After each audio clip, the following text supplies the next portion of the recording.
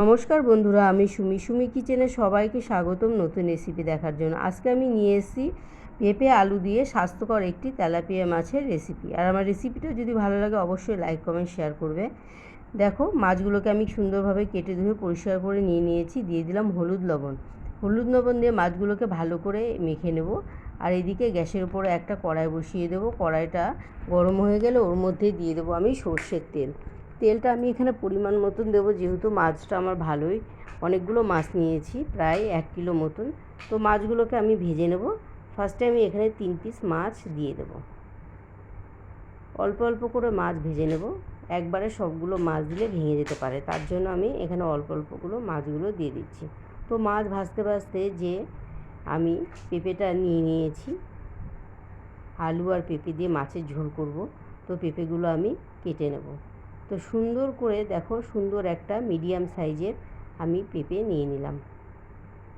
দেখতেই পাচ্ছ কত সুন্দর মিডিয়াম সাইজের একটা কচি পেঁপে।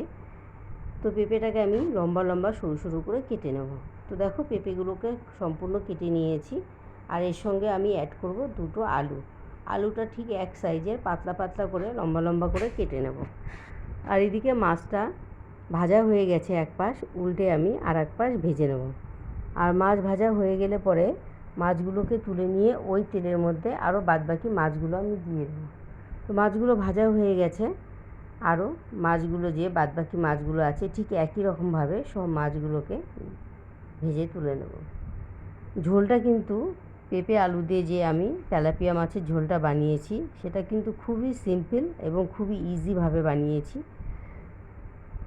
এই রেসিপিটা কিন্তু সবাই বানাতে পারবে। আর রেসিপিটা কিন্তু হয়েছিল খুবই দুর্দান্ত খেতে। রেসিপিটা তোমরা চাইলে বাড়িতে একবার দেখলেই বানিয়ে খেতে পারবে। তো এইভাবে সব মাছগুলোকে আমি ভেজে তুলে নিলাম। আর এদিকে তেল গরম হয়ে গেছে, ওর মধ্যে আরও সামান্য পরিমাণ তেল দিয়ে দিলাম।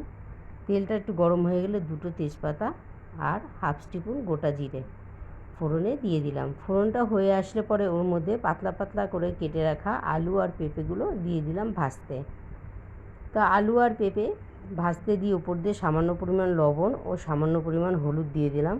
হলুদ লবণ দিয়ে পেঁপে আর আলুগুলোকে ভালো করে ভেজে নেব, লাল লাল করে। যতক্ষণ না সফট করে ভাজা হচ্ছে আলু আর পেঁপেগুলো, ততক্ষণ আমি ভেজে নেব। আলু আর পেঁপেগুলো ভাজা হয়ে গেলে পরে বাদবাকি মশলাগুলো আমি এর মধ্যে একেবারে দিয়ে দেব। আর যেহেতু আমি আলু আর পেঁপে একবারে বসিয়ে দিয়েছি, তাই সবজিগুলোকে ভালো করে না ভাজলে একটা কাঁচা গন্ধ আসবে পেঁপে। তার জন্য আলু আর পেঁপেগুলো সুন্দর করে লাল লাল করে ভাজা হয়ে গেলে পরে ওর মধ্যে দিয়ে দিলাম আদা বাটা 1 চামচ। আদা বাটা দিয়ে নেড়ে চেড়ে ওর মধ্যে দিয়ে দিলাম লঙ্কা বাটা আর জিরা বাটা। লঙ্কা এখানে আমি পাটায় বেটে নিয়েছি, আর জিরাটাকেও দিয়ে আমি ভালো করে কষিয়ে নেব। আর কষানোর আগে দিয়ে দিলাম হাফ স্পুন লবণ আর হাফ স্পুন হলুদ। লবণ আর হলুদটা স্বাদ অনুসারে দিতে হবে, হলুদটাও পরিমাণ মতন, আর লবণটা তো স্বাদ অনুসারে দিতেই হবে, কম বেশি টেস্ট অনুযায়ী। এবার দিয়ে দিলাম একটা টমেটো কুচি দিয়ে ভালো করে সম্পূর্ণ আলু পেঁপে মশলাগুলো আরও মিনিট 5 আমি নেড়ে চেড়ে কষিয়ে নেব। যতক্ষণ না এক্সট্রা অয়েল ছেড়ে দিচ্ছে ততক্ষণ আমি এইভাবে নেড়ে চেড়ে কষাতে থাকবো।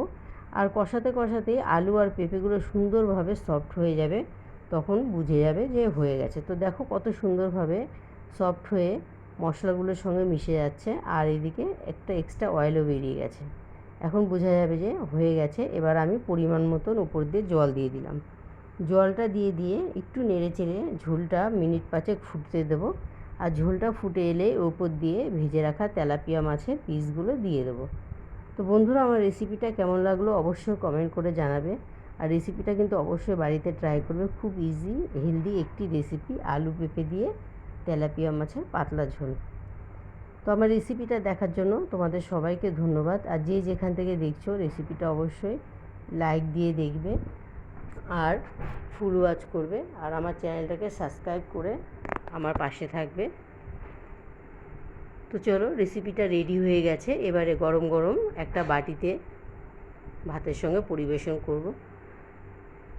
আর আমার রেসিপিটা দেখার জন্য তোমাদের সবাইকে ধন্যবাদ সুমি কিচেনের পক্ষ থেকে।